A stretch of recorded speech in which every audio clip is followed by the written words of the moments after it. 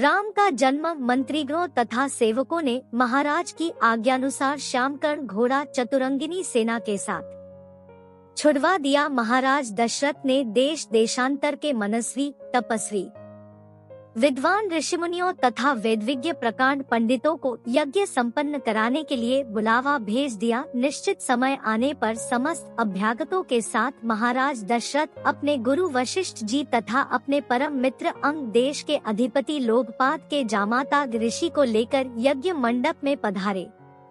इस प्रकार महान यज्ञ का विधि वत शुभारंभ किया गया। संपूर्ण वातावरण वेदों की ऋचाओं के उच्च स्वर में पाठ से गूंजने तथा समिधा की सुगंध से महकने लगा।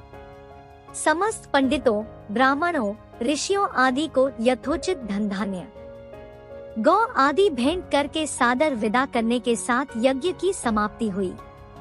राजा दशरथ ने यज्ञ के प्रसाद चरा को अपने महल में ले जाकर अपनी तीनों रानियों में वितरित कर दिया।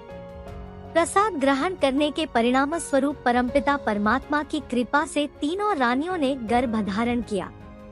जब चैत्र मास के शुक्ल पक्ष की नवमी तिथि को पुनर्वसु नक्षत्र में सूर्य, मंगल, शनि, बृहस्पति तथा शुक्र अपने अपने उच्च स्थानों में विराजमान थे, कर्क लग्न का उदय होते ही महाराज दशरथ की बड़ी रानी कौशल्या के गर्भ से एक शिशु का जन्म हुआ, जो कि श्यामवर्ण, अत्यंत तेजोमय, परम कांतिवान तथा अद्भुत सौंदर्यशाली था।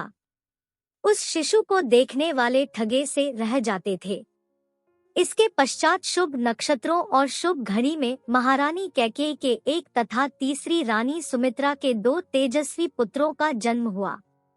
संपूर्ण राज्य में आनंद मनाया जाने लगा। महाराज के 4 पुत्रों के जन्म के उल्लास में गंधर्व गान करने लगे और अप्सराएं नृत्य करने लगी। देवता अपने विमानों में बैठकर पुष्प वर्षा करने लगे।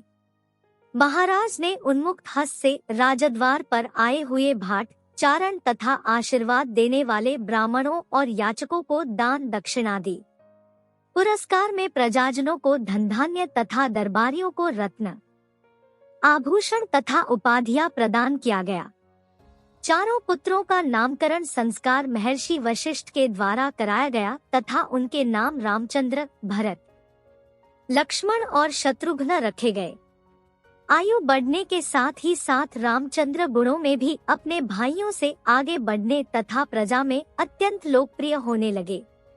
उनमें अत्यंत विलक्षण प्रतिभा थी, जिसके परिणाम स्वरूप अल्पकाल में ही वे समस्त विषयों में पारंगत हो गए।